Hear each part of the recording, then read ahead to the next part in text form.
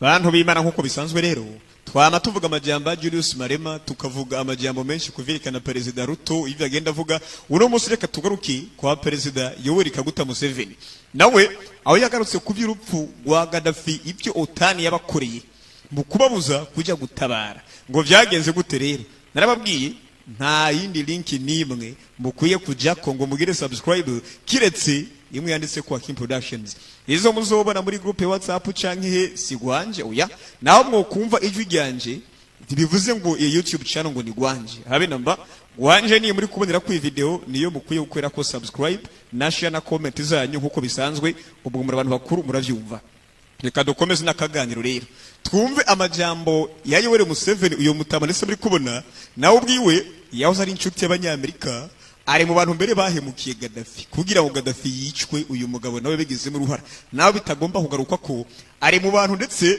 bagiywe inama na Gaddafi ariko nyuma birangiye yumva abanyamerika Gaddafi aricwa aricuza mugabo ntavyemera bigarukwa ko gake ariko niko kuri reka twumve uyu mugabo Yoweri Kaguta Museveni uko bari bagiye kugarukira Libya birangira babujijwe na OTAN canke neto mu Congereza ngo vyagenze gute rero reka twumve muri make amaze kwigaranzura abanyamerika vuba ndabaka nakandi ka video ndetse kagaragaza ukuru bamaze guca ubutinganyi iwabo ukuntu FMI na World Bank canke Banki Mondiale ukuntu yaciye ndetse ikata ubufasha ingurane na buri kimwe birarangira mu Buganda nawe ati ntaco bimbwiye ariko no munsi reka tugaruke kuri rya jambo yavuze agaruka ku vya Gaddafi ngo vyagenze gutera muri rusange ati nyuma y'uyu mugabo bamubwiye amajambo yagomba kuvuga n'ivyo yagomba gukora abasubiza inyuma mwumve jambo giwe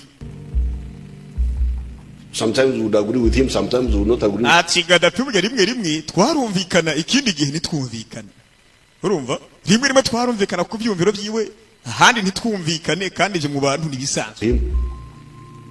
Now when this problem of Libya started, ati ndetse ikibazo ca Libya cyatangura cyagiye ndetse bagomba kumuhiga Gaddafi bagomba kumuritura kandi byarangiye yishwe ngo rimwe ngo twarumvikana mu byumviro byiwe ikindi gihe ntitwumvikana ibyo nibisanzwe ati mu gihe ico kibazo cyatanguye ca Libya rero ngo vyagenze gute African Union ati Union Africaine cyangwa se ubumwe bw'abanyafrika n'umuryango nyine uhari ugenda uhuza Afrika ariko uko bigaragara n'umuryango ndetse w'umunyantege nke aho guhuza y'ibingorabahizaho buri umwe bagomba kuba shefu kugira ngo ntibagendere ku ruhande rumwe nico kibazo cy'umuryango w'abanyafrika ariko buryo uravye neza nka Amerika n'abantu bagiye bishira hamwe ubusanzwe byari ibihugu bitandukanye bishira hamwe ubumwe bwarakomeye bakorera mu bumwe ku buryo Amerika leta z'umwe za Amerika ziti igihugu kimwe ariko kera ntivyari igihugu kimwe babigerageje muri Afrika inyuma yo kuyibohora inyuma yo kwikukira ariko byaranze mpaka uyu munsi umuryango ntibumvikana neza ijana kurindi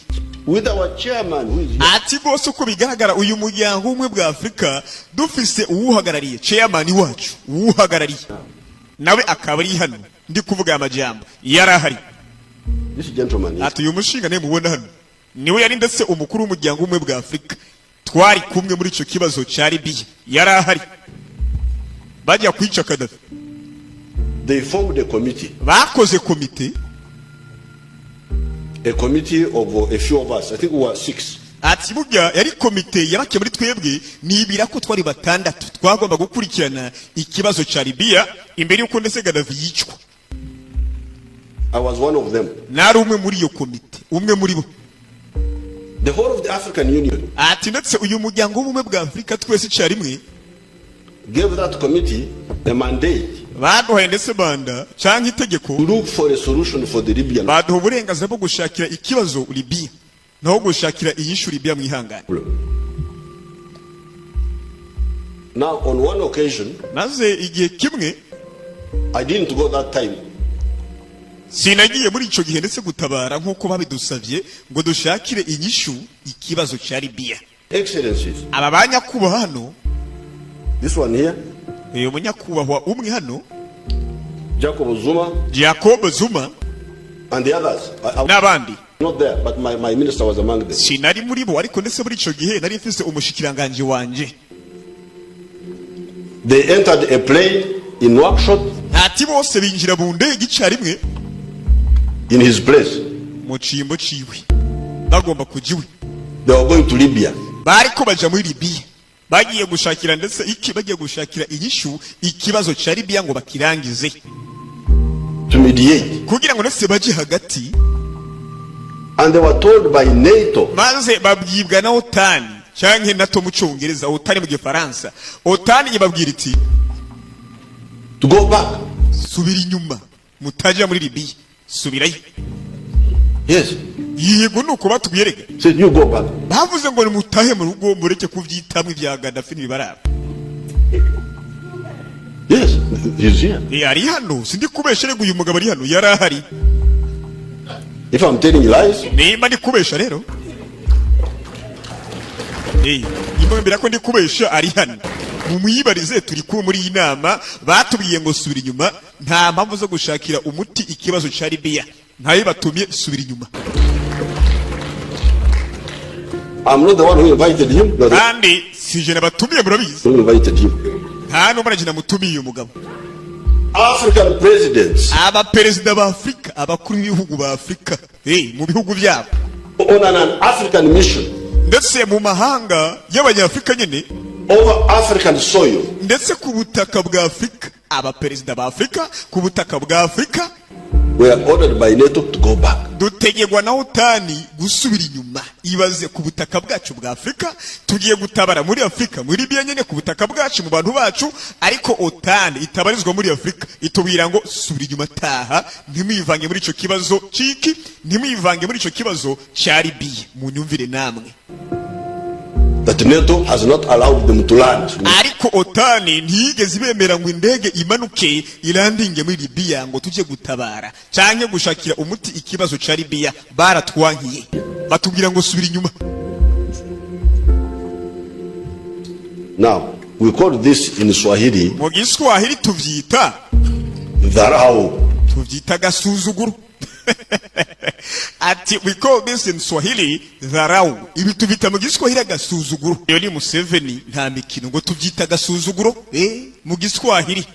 Ibaze kubura umukuru w'igihugu muri wanyu muri Afrika, ibibazo vyanyu nimwe biraba, ariko abantu batari ni wanyu bakababwira ngo mutajayo.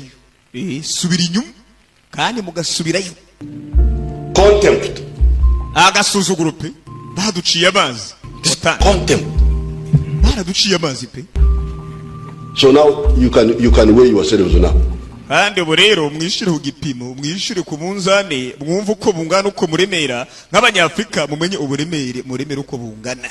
Bivuze ngo ntaco turi cyo nk'abanyafrika tutarishira hamwe reka.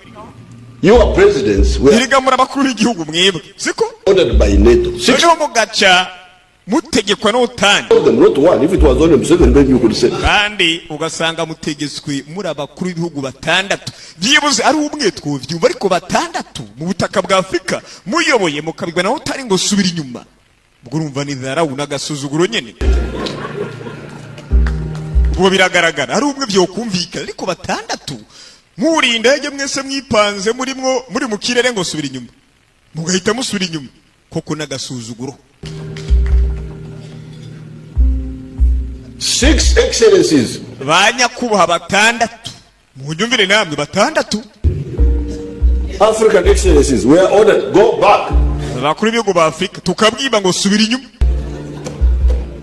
Now these fellows didn't listen to us. Noneho izi nshuti ntizatwumvirije. They continued. They killed Gaddafi. Noneho barakomeza bica Gaddafi. Now Libya is in tatters. Ubu rero Libya iri mu bushwanyagurike, yaragira tatanira nabi cyane ukuri ku inyubako zimeze. Byose n'ingaruka za OTAN muri Libya. Abari bagiye gutorera inyishu cyangwa se umuti ikibazo cy'abanyalibya bamaze kubiba ngo subira inyuma, baragiye baratera amabomba ariko barahiga umuntu umwe, barahashwanyaguza. Uko niko hasigaye hameze muri Libya. Kubera iki?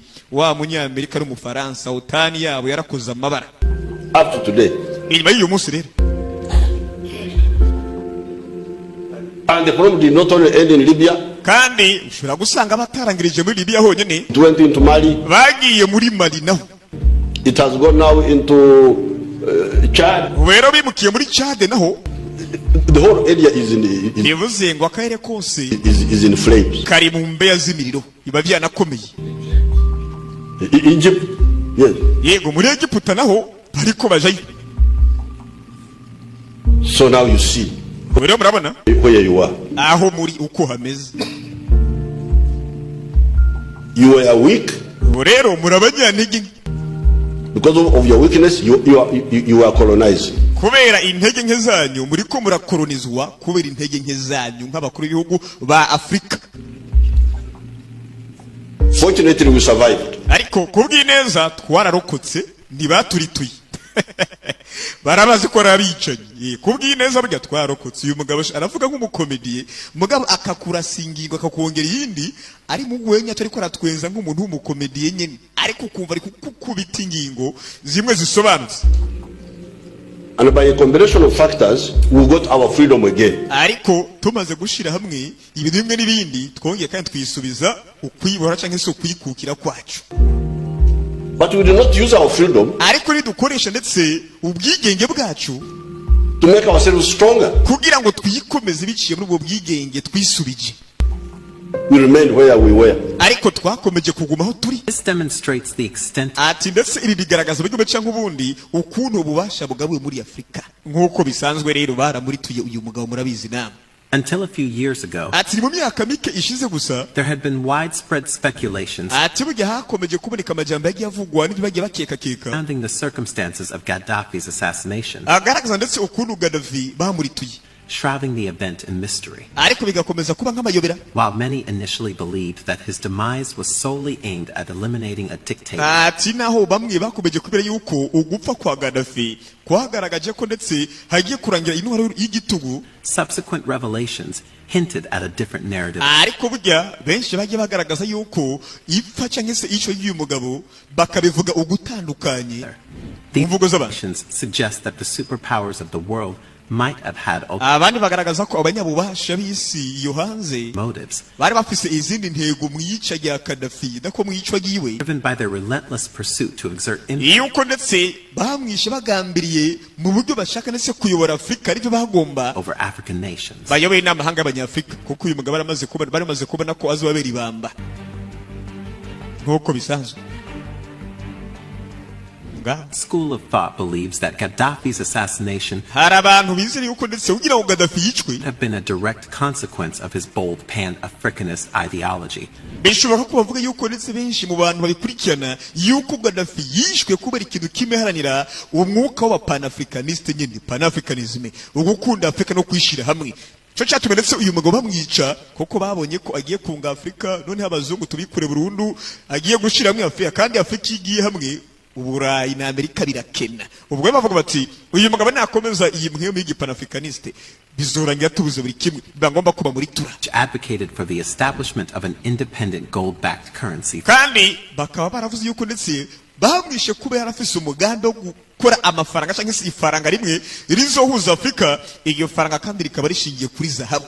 Ibaze gukora ikingorongoro, uno munsi twemera amadolari yuko arenze nkuko bisanzwe, ariko ayo madolari ni impapuro cyangwa se ayo makoyete bavangwa ya mbere ku isi, nayo uravye neza ntavyo hanini. Ariko uno munsi ibaze iyo bakora ifaranga rya zahabu, niwo mugambi Gaddafi yari afise kuva na kera, agomba gukora ifaranga rimwe. Uyu mugabo havuye ubwongereza ku isi niwe yari afise zahabu nyinshi mu buryo bumwe cyangwa ubundi. Yari afise umugambi rero wo gufata zahabu akayikoramo ibingorongoro bizohuza Afrika, tugakubita inshuro amafaranga y'abanyaburayi n'ay'abandi bose ku isi, tukayafatirana tukabonetse abambere muri Afrika, tukishira hamwe. Bakimara kwibona rero baravuga bati uyu mugabo agomba kwicwa, agomba kuyakoresha muri Afrika. Speculated that this audacious plan could have threatened the hegemony of global financial systems. Bigaragaza ko uyu mupango wari afise wari kubangamira system y'amafaranga ku isi, bigatuma ndetse abanyaburayi n'abanyamerika barindimuka, bigakomeza kuba ikibazo, bigateza ubukene bukomeye mu bihugu byabo, compelling powerful entities like NATO to bikagobera ndetse imiryango ikomeye nka OTAN decisive action. bigobera gufata umwanzuro. Recently, an old video has been circulating in the media Niyo mpamvu akavido ka Yoweri Museveni kakomeje kuzingura homeke, ndetse Yoweri Museveni ni umugabo yakomeje gufatwa nk'umwana wa Gaddafi, kuko yagiye afashwa byinshi na Gaddafi. Iyo mvira abanyamerika nababwiye kari yuko ndetse byarangiye abanyamerika bamuyobeje yamugira Gaddafi baramuritura, nyuma aza kwicuza impamvu byagenze uko abanyamerika arabihinduka nabo. featuring President Museveni, Uyu mu Perezida Museveni yakomeje kuvuga byinshi ku birupfu rwa Gaddafi, counting how NATO allegedly thwarted a group of African delegates